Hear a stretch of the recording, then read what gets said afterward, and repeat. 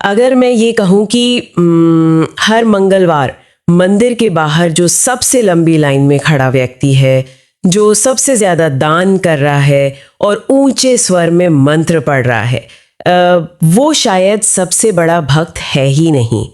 तो मतलब क्या ये अजीब लगेगा? अजीब तो लगेगा, लेकिन ये एक बहुत ही प्रासंगिक शुरुआत है आज की इस चर्चा के लिए, है ना?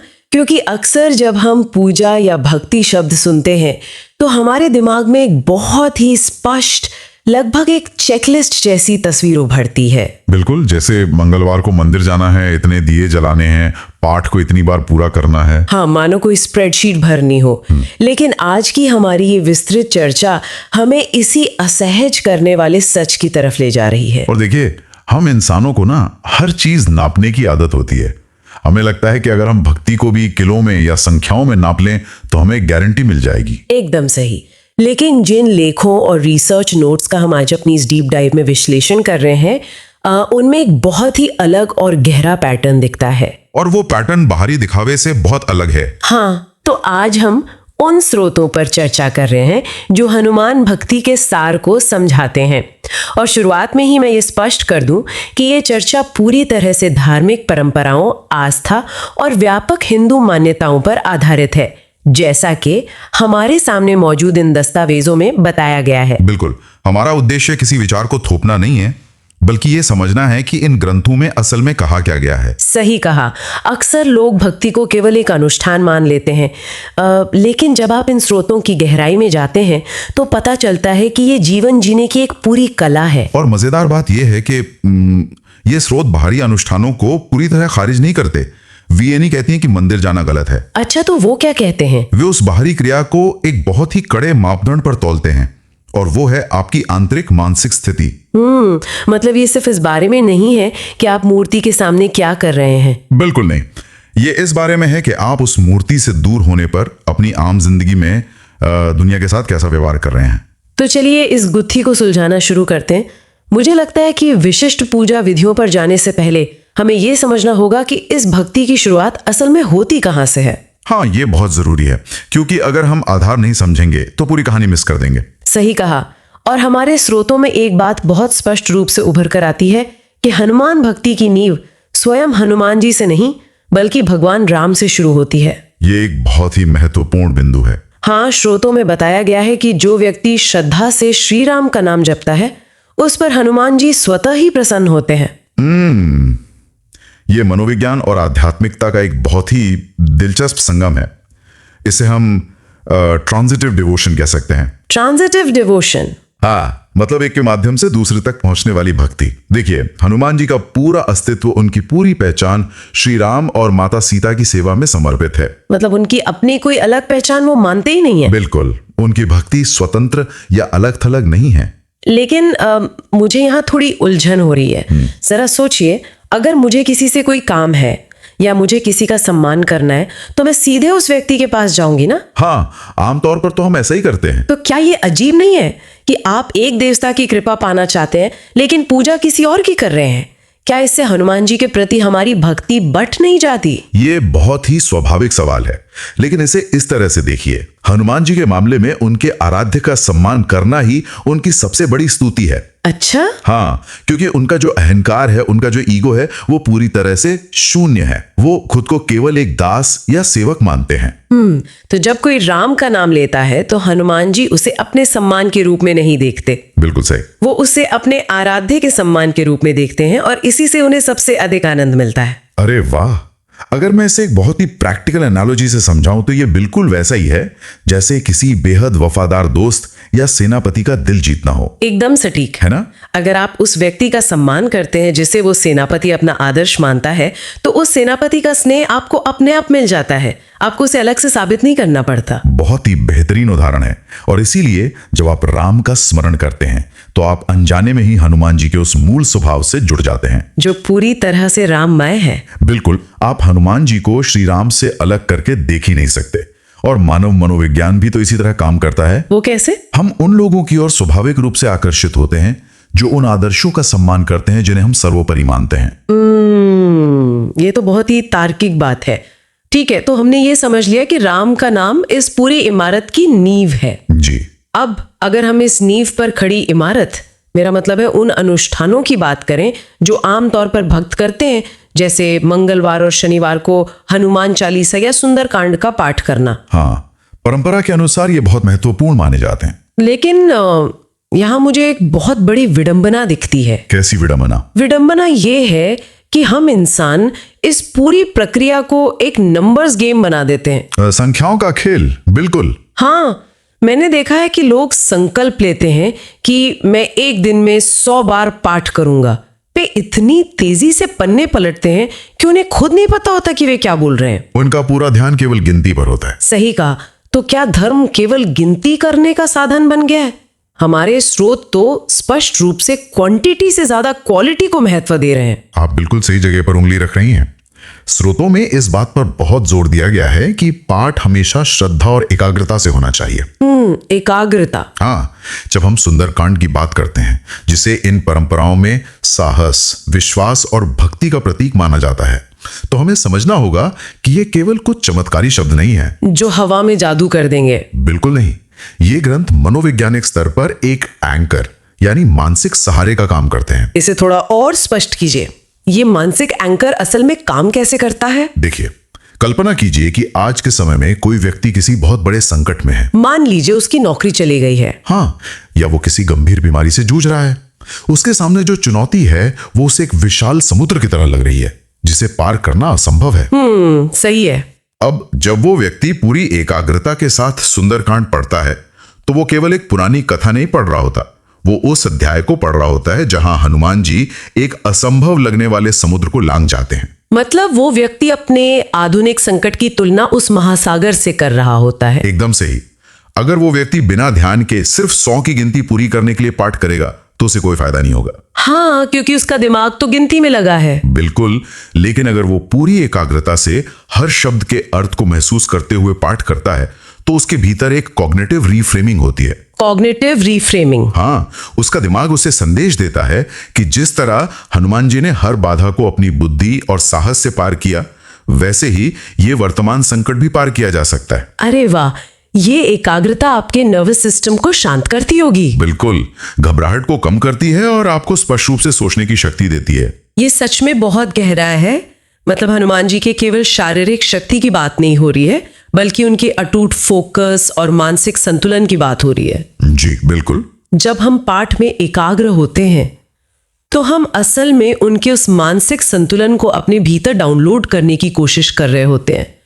और अगर हमारा ध्यान हमारे फोन के नोटिफिकेशन पर है तो वो डाउनलोड कभी पूरा नहीं होगा। बहुत सही कहा आपने। बिना एकाग्रता के किया गया पाठ केवल गले की कसरत है, उससे ज्यादा कुछ नहीं। ठीक है, तो पाठ करने से मन शांत हो गया, एकाग्रता आ गई, हमें वो मानसिक ऊर्जा मिल गई। हाँ, लेकिन अगर वो शांति सिर्फ उस कमरे तक या उस 1 घंटे की पूजा तक सीमित है, तो उसका असली फायदा क्या? यही तो सबसे बड़ा सवाल है।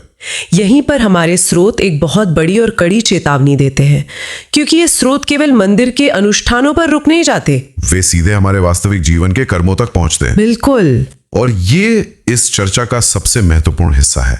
स्रोतों में स्पष्ट रूप से उल्लेखित है कि सत्य बोलना, दूसरों की निस्वार्थ सहायता करना और अहंकार से दूर रहना, ये सब भक्ति के अनिवार्य अंग हैं। सिर्फ पूजा काफी नहीं है। बिल्कुल, इसके साथ ही क्रोध, छल, झूठ और बुरे कर्मों से बचकर एक सात्विक जीवन जीना भी उतना ही जरूरी है। पर 1 मिनट रुकिए, चलिए हम थोड़ा प्रैक्टिकल होकर सोचते हैं। हाँ, बताइए। हमारे स्रोत कह रहे हैं कि सच्चा भक्त वो है जो विनम्र है और अहंकार से मुक्त है। लेकिन जरा सोचिए, आज की इस कट थ्रोट कॉर्पोरेट दुनिया में अगर कोई व्यक्ति पूरी तरह से विनम्र हो जाए तो क्या होगा? लोग उसका फायदा उठाएंगे। हाँ, अगर वो कभी क्रोध न करे तो लोग उसे दबा देंगे। क्या हनुमान जी की ये भक्ति, ये सात्विक जीवन का मॉडल हमें दुनियावी रूप से कमजोर या सॉफ्ट नहीं बना देता? ये एक बहुत ही आम गलतफहमी है जो हम अक्सर विनम्रता को लेकर पाल लेते हैं। हमें लगता है कि विनम्र होने का मतलब है दब्बू होना या हर किसी के सामने झुक जाना। लेकिन हनुमान जी के चरित्र से जो विनम्रता निकल कर आती है, वो कमजोरी से नहीं बल्कि असीम शक्ति से पैदा होती है। असीम शक्ति से पैदा होने वाली विनम्रता। इसे थोड़ा और खोलिए। देखिए, एक कमजोर इंसान दब्बू होता है क्योंकि उसके पास कोई और विकल्प नहीं होता। सही बात है। लेकिन हनुमान जी के पास अपार बल और बुद्धि थी। फिर भी उनमें लेश मात्र भी अहंकार नहीं था। उन्होंने रावण के सामने अपनी विनम्रता नहीं दिखाई। वहां उन्होंने अपनी शक्ति और बुद्धिमत्ता का प्रदर्शन किया। बिल्कुल, लेकिन अपने आराध्य और कमजोर लोगों के सामने वे हमेशा नतमस्तक रहें। सच्ची विनम्रता ये जानना है कि आपके पास कितनी ताकत है, लेकिन उस ताकत का बेवजह दिखावा करने की जरूरत महसूस न करना। आज की दुनिया में भी जो व्यक्ति अंदर से मजबूत और कॉन्फिडेंट होता है, उसे बेवजह गुस्सा करने की जरूरत नहीं पड़ती। एग्जैक्टली, उसे दूसरों को नीचा दिखाने की जरूरत नहीं होती। तो ये उस विरोधाभास का जवाब है जो हम अक्सर समाज में देखते हैं। लोग धर्म के नाम पर बहुत उग्र हो जाते हैं, क्रोध से भर जाते हैं, जबकि वे जिस देवता की पूजा कर रहे हैं वो परम संयम का प्रतीक है। बिल्कुल। अगर मैं इसे एक एनालॉजी से समझाऊं तो मंदिर जाना या पाठ करना जिम में जाकर वजन उठाने जैसा है। जिम में वजन उठाना, ये कैसे? हाँ, देखिए, आप जिम जाते हैं, पसीना बहाते हैं ताकि आपकी मांसपेशियां मजबूत हों। ठीक है। वैसे ही मंदिर जाने से, पाठ करने से आपके मन की मांसपेशियां मजबूत होती हैं, आपको एक मानसिक ऊर्जा मिलती है। लेकिन अगर आप उस ताकत का इस्तेमाल मैदान में, मेरा मतलब है असल जिंदगी में, सही फैसले लेने और दूसरों को बचाने के लिए नहीं कर रहे, तो सब बेकार है। हाँ, अगर आप उसका इस्तेमाल दूसरों को डराने के लिए कर रहे हैं तो वो सारी ट्रेनिंग ही बेकार है। बिल्कुल। जो ऊर्जा आपने मंदिर में प्राप्त की, उसका उपयोग आप बाहरी दुनिया में सत्य बोलकर और निस्वार्थ सेवा करके कैसे करते हैं, यही आपकी असली परीक्षा है। ये बहुत ही सटीक तुलना है और हमारे स्रोत भी यही समझा रहे हैं। क्या कोई व्यक्ति केवल मंगलवार को दीप जलाकर सच्चा भक्त बन सकता है यदि वो बुधवार को अपने कर्मचारियों के साथ बुरा बर्ताव करता है या अपने व्यापार में छल करता है? बिल्कुल नहीं। स्रोतों के अनुसार हनुमान जी का पूरा जीवन निस्वार्थ सेवा और कर्तव्य निष्ठता का उदाहरण है। अच्छे आचरण के बिना आपकी सारी बाहरी पूजा खोखली है। और यहाँ सात्विक जीवन का भी जिक्र आता है। अक्सर लोग सात्विक जीवन का मतलब केवल खान पान से जोड़ लेते हैं कि क्या खा रहे हैं, क्या पी रहे हैं। हाँ, लेकिन क्या ये केवल भोजन तक सीमित है? भोजन उसका केवल एक छोटा सा हिस्सा है। वास्तव में सात्विक जीवन का अर्थ है आपके विचारों की पवित्रता। विचारों की पवित्रता? हाँ, आप दूसरों के प्रति कैसी भावना रखते हैं? क्या आप दूसरों की तरक्की देखकर ईर्ष्या से भर जाते हैं? क्या आप हर समय नकारात्मक बातें सोचते हैं? मानसिक सात्विकता बाहरी सात्विकता से कहीं ज्यादा बड़ी है। ये बहुत गहरी बात है। आपका हर कर्म, आपका हर शब्द, आपका हर व्यवहार उस भक्ति का आईना होना चाहिए। इसका मतलब है कि भक्ति कोई ऐसी जैकेट नहीं है जिसे आप मंदिर जाते वक्त पहन लें और बाहर आते ही खूंटी पर टांग दें। बिल्कुल नहीं। ये तो एक 24 घंटे चलने वाली प्रक्रिया है। जब आपकी कथनी और करनी एक हो जाती है, तब आप असल में उस भक्ति के करीब पहुंचते हैं जिसके बारे में ये स्रोत बात कर रहे हैं। जी, और इसी संदर्भ में इन ग्रंथों और परंपराओं में एक बहुत ही महत्वपूर्ण अवधारणा का उल्लेख है जो इस पूरी चर्चा का निष्कर्ष भी हो सकता है। अच्छा, वो क्या है? निष्काम भाव। स्रोतों में कहा गया है कि जो भक्त निष्काम भाव से भगवान का स्मरण करता है, उसकी रक्षा के लिए हनुमान जी हमेशा तत्पर रहते हैं। निष्काम भाव मतलब बिना किसी स्वार्थ या इच्छा के? बिल्कुल।